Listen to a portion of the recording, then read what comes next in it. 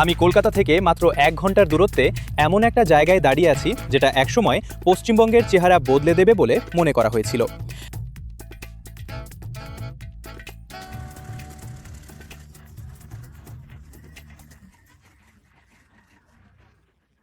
দুই দশক আগে এই জায়গাটিতেই বিশ্বের সবচেয়ে সস্তা গাড়ি টাটা ন্যানোর কারখানা হওয়ার কথা ছিল। আজ আমার ক্যামেরা পার্সন যেমন আপনাদের দেখাবেন, এই জায়গাটা এখন সবুজ আর ধূসর রঙে ভরা একটা শান্ত বিস্তৃত প্রান্তর মাত্র। এখন আপনারা এখানে এই পাঁচিলটা দেখতে পাচ্ছেন। অবশ্যই এটা এখন আর একটা পূর্ণাঙ্গ পাঁচিল নেই, এর কিছু ধ্বংসাবশেষ। এটাই হলো ন্যানো বা টাটা মোটরস প্রকল্পের পুরো জমিটা। এখন কারো কারো কাছে এই এলাকাটা হলো যন্ত্রের ওপর কৃষকের জয়ের স্মৃতিসৌধ। অন্যদের কাছে এটা এমন একটা জায়গা যেখানে বাংলার শিল্প ভবিষ্যৎকে কবর দেওয়া হয়েছিল।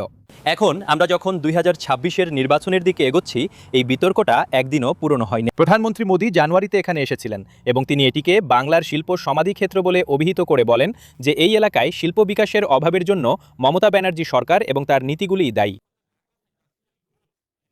এর ঠিক পরেই মমতা ব্যানার্জি সিঙ্গুরে আসেন এবং তিনি বলেন যে বাংলায় শিল্প আসবে ঠিকই, কিন্তু তা কৃষকদের বলি দিয়ে হবে না। বাংলা থেকে টিএমসির মহা জঙ্গল রাজের অবসান এবং বিজেপির সুশাসনের আগমন, এটা খুব জরুরি।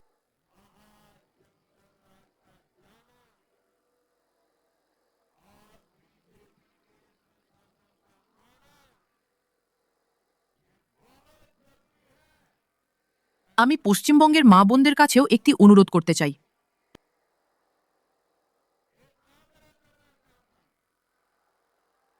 যতদিন এখানে টিএমসি ক্ষমতায় থাকবে ততদিন আপনাদের ছেলেমেয়েরা ভালো শিক্ষা ও ভালো চাকরি পাবে না।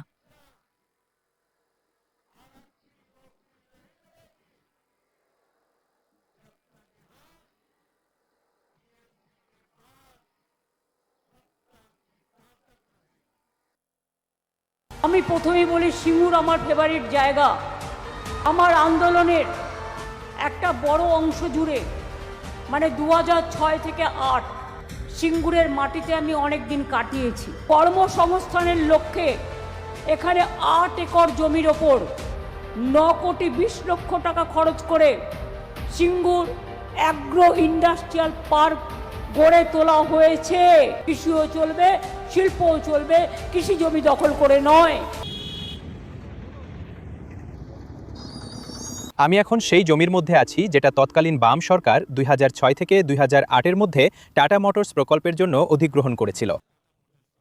এখন অবশ্যই আমরা যেমন জানি, বাংলার বর্তমান মুখ্যমন্ত্রী মমতা ব্যানার্জি এই গোটা প্রকল্পটির বিরুদ্ধে 2006 থেকে 2008-এর মধ্যে একটি আন্দোলন করেছিলেন এবং পরবর্তীকালে অবশ্যই সেই আন্দোলনের ভিত্তিতেই তিনি ক্ষমতায় এসেছিলেন। এখন টিএমসি এবং বাংলা সরকার অবশ্যই চাষিদেরকে জমি ফেরত পাইয়ে দেওয়ার জন্য একেবারে সুপ্রিম কোর্ট পর্যন্ত গিয়েছিল। প্রায় 800 থেকে 1000 একর অধিগ্রহণ করা হয়েছিল। সুপ্রিম কোর্ট অবশেষে এর অনুমতি দেয়। কিন্তু এই পুরো এলাকাটিকে চাষযোগ্য করে তোলার ক্ষেত্রে এখানকার বাস্তব পরিস্থিতিতে একটি সমস্যা রয়েছে। সিঙ্গুরের চাষিদের কাছ থেকে একটা দৃষ্টিভঙ্গি জানাটা জরুরি, বিশেষ করে তাদের যারা সেই সময় টাটা মোটরস কারখানার জন্য তাদের জমি দিয়েছিলেন এবং এখন জমিটা তাদের ফিরিয়ে দেওয়া হয়েছে। তো সেরকমই একজন আমার সাথে এখানে আছেন। দিদি, আপনার নাম কি? মঞ্জু মান্দর। মঞ্জুজি, এটা বলুন যে সেই সময় আপনি কতটা জমি দিয়েছিলেন আর নিজের ইচ্ছায় দিয়েছিলেন না নেওয়া হয়েছিল, কিভাবে হয়েছিল? ওই জমি তো সবাই দেয়, তাই দিতে হয়েছিল। টাটারা এটা ভেঙে দিয়ে চলে গেল। তারপর 1-1.5 বছর পরেই জমি পেয়ে গেছেন, তো এখন আপনি চাষবাস আবার চালু করে দিয়েছেন? না। কেন? চাষবাস কিভাবে চালু হবে? ওতে ইট লোহা সব পোতা আছে, চাষবাস কিভাবে হবে? এই কিছুদিন আগে মোদিজি এসেছিলেন, উনি বললেন যে এখানে যে ইন্ডাস্ট্রিটা তৈরি হলো না তার জন্য মমতা ব্যানার্জি দায়ী। মমতা ব্যানার্জি বলেন যে আমরা কৃষককে আগে রাখি। আপনার কি মনে হয়? মমতা ব্যানার্জি তো সরাল। কেন? ওটাই তো আপনি মানা করেননি। কৃষকের জন্য করা হলে তো দেখুন, যার জমি গেল তার সবাই তো চাকরি পেত। এখন ওটা চলে গেল তো কি লাভ? যাই হোক, বাচ্চা কাচ্চারা তো পড়াশোনা করছে, কিন্তু ওদের তো চাকরি তো চাই, তাই না? লোকেরা এদিকে বাঁচছিল, যদি বাঁচতো তাহলে তো ওরা চাকরি পেত, কিন্তু কেউ বলে যে পাবে না। সবাই বাইরে থেকে আসবে এমনও বলেছে, ওই সবের জন্যই এমনটা করেছে। তাহলে আপনার কি মনে হয় বিজেপির কথা বেশি ঠিক না টিএমসি যা বলছে সেটা বেশি ঠিক? দেখুন, যে আসছে সেই তো সবাই একই রকম হচ্ছে, তাই আমার খেয়াল মতো একটু পরিবর্তন হওয়া উচিত। একবার ওনাদেরও আসা উচিত, যদি ওনারা কাজ করেন তো ভালো। আমি চাষির ছেলে, কিন্তু এদিকে তো কাজই পাওয়া যায় না। এই কারণেই জুয়েলারির কাজে গিয়েছিলাম। ছোটবেলায় চলে গিয়েছিলাম, 14 বছর বয়সে চলে গিয়েছিলাম। ওটা ফিরে এসেছিল যখন টাটা নিজে এসেছিল। আমি ভেবেছিলাম একটা জমি দিয়ে একটা চাকরি নিয়ে নেব, কিন্তু সেটা তো হলোই না। যখন হয়েছিল, যেটা দিদির আমার মনে হয় একটাই ভুল হয়েছিল। আসলে যে ফ্যাক্টরিটা তৈরি হয়ে গেছিল তাতে তো পাবলিকের লোকসান তো হলোই, তো কারো টাকা তো আর বাড়ি থেকে আসে না, তাই না? আশেপাশে গাছে টাকা ফলে নাকি? তো এখন আপনার কি মনে হয় সামনে কি হবে? আপনি কার কথায় বেশি বিশ্বাস করেন?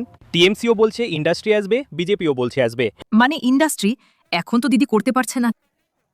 আসলে উনি তো নিজেই সরিয়ে দিলেন, তাই না? আন্দোলন করে নিজেই সরিয়ে দিলেন। তো উনি যদি আনেন তাহলে তো সেই একই ব্যাপার হয়ে গেল, তাই না? উনি কিভাবে আনবেন? এখন যদি কোনো বিরোধী পার্টি আসে, সে সিপিএম হোক বা বিজেপি হোক, যেই আসুক, তাহলে তো আমার মনে হয় হবে। আচ্ছা, আমি যখন ছোটবেলা থেকে টিএমসি করি, কংগ্রেস করি, তারপর টিএমসি করব, কেউ খেতে দিক আর না দিক। প্রধানমন্ত্রী যিনি এসেছিলেন, আমি তো ভাবছিলাম যে ইন্ডাস্ট্রি হবে, কিন্তু উনিও কিছু করতে পারলেন না। তাহলে কে করতে পারবে? টিএমসিও করতে পারবে না। টিএমসি করতে পারবে, কিন্তু সেটা আবার কোর্টে চলে যায়। আমাকে মারছে, আমি কোর্টে যাই। তারপর ওরা ওদেরকে বলছে যে এদেরকে করতে দিবে না, ওরা আবার কোর্টে যাচ্ছে। এইরকমই হয়। আপনার কার কথায় বিশ্বাস আছে? মোদিজির কথায় বেশি নাকি মমতার কথায় বেশি? ওটা কোনো ধরনের কথাই না, কেন নয়? দুটি সমান। দুটোই সমান। দুটোই সমান।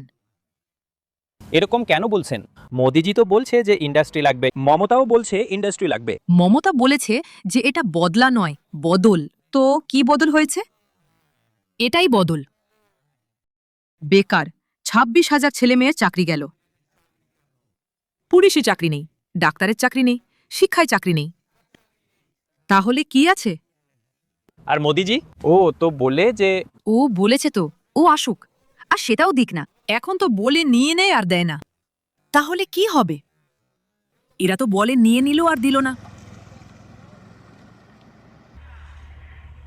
সুতরাং সিঙ্গুরে একটা দৃষ্টিকোণ যেটা জানা খুব জরুরি, তা হলো এখানকার তরুণদের, ছাত্রছাত্রীদের এবং শিল্পকে ঘিরে এই সমগ্র বিতর্ক নিয়ে তারা কি ভাবে। আমি এখানকার সরকারি কলেজে আছি এবং আমি ভেতরে গিয়ে কয়েকজন ছাত্রছাত্রীর সাথে কথা বলার চেষ্টা করব যে এই পুরো বিষয়টা নিয়ে তারা কি অনুভব করে। তো আমরা আজকে যে পড়ছি, আমাদের মাথার উপর একটা অনিশ্চয়তা সবসময়তেই ঘুরে যাচ্ছে যে আলটিমেটলি আমরা কিছু পাবো। সেখানে যদি আজকে একটা ইন্ডাস্ট্রি আমাদের এখানে থাকতো বা অল ওভার ওয়েস্ট বেঙ্গলে যদি আজকে বেশ কিছু ইন্ডাস্ট্রি থাকতো, সেক্ষেত্রে দাঁড়িয়ে হয়তো আমাদের চাকরির জীবনে একটু হলেও নিরাপত্তা বা নিশ্চয়তা থাকতো যে হ্যাঁ আমরা এখান থেকে পড়াশোনা শেষ করে কিছু পেতে পারি। যেটা আজকে আমাদের একটা অনিশ্চয়তা। হ্যাঁ, আমাদের প্রচুর শিক্ষা ব্যবস্থা আছে, শিক্ষার অনেক উন্নতি আছে, কিন্তু শিক্ষার পরে যে ধাপ, যাকে কেরিয়ার বলে, আমরা প্রত্যেকে কেরিয়ার ওরিয়েন্টেড পড়াশোনা করতে চাই, কিন্তু সেটা সাকসেসফুলটা হওয়াটা খুব ইম্পর্টেন্ট, যেটা আমাদের জন্য একটু অসুবিধা। আপনার কাছে একটা জিনিস জানতে চাইবো যে একদিকে প্রধানমন্ত্রী জি আছেন, তিনিও সিঙ্গুরে এসেছিলেন। তিনি বলেছেন যে টিএমসির কারণে এখানে শিল্প আসেনি। টিএমসি বলে যে শিল্প আসবে, কিন্তু আমরা কৃষকদের উপরও নজর দেব। আপনি ব্যক্তিগতভাবে কার কথায় বেশি গুরুত্ব দেন? আমি একদমই পলিটিক্স পছন্দ করি না, সো পলিটিক্সকে আমি একদমই সাইডে রেখে বলবো হ্যাঁ ইন্ডাস্ট্রি হলে ভালো হতো। যেটা আমার কেন, আমাদের মতন প্রত্যেকটা ছেলে মেয়েদের মনের কথা, যদি একটা ইন্ডাস্ট্রি থাকতো এখানে, টাটা যদি হতো, হয়তো আমরা অনেকেই চাকরি পেতাম। অনেকে সেই চাকরির জায়গাটাকে কেন্দ্র করে হয়তো আরো অনেক মানুষের কর্মসংস্থান হতো, যেটা হয়ে উঠতে পারেনি কোনো কারণে। আমরা পড়াশোনা করছি কি জন্য?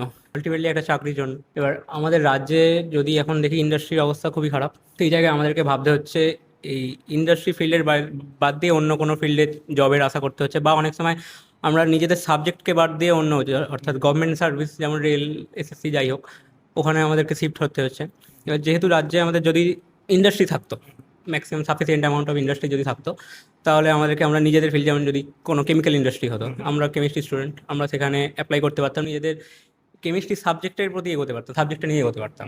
আপনার মতে এখন যে ইলেকশন আসতে চলেছে, আপনি ইয়াং ভোটারও হবেন, আপনার মতে বিজেপি যা বলছে এবং টিএমসি যা বলছে, তার মধ্যে আপনি ব্যক্তিগতভাবে কাকে সঠিক মনে করেন বা আপনার ভোট কাকে দেবেন?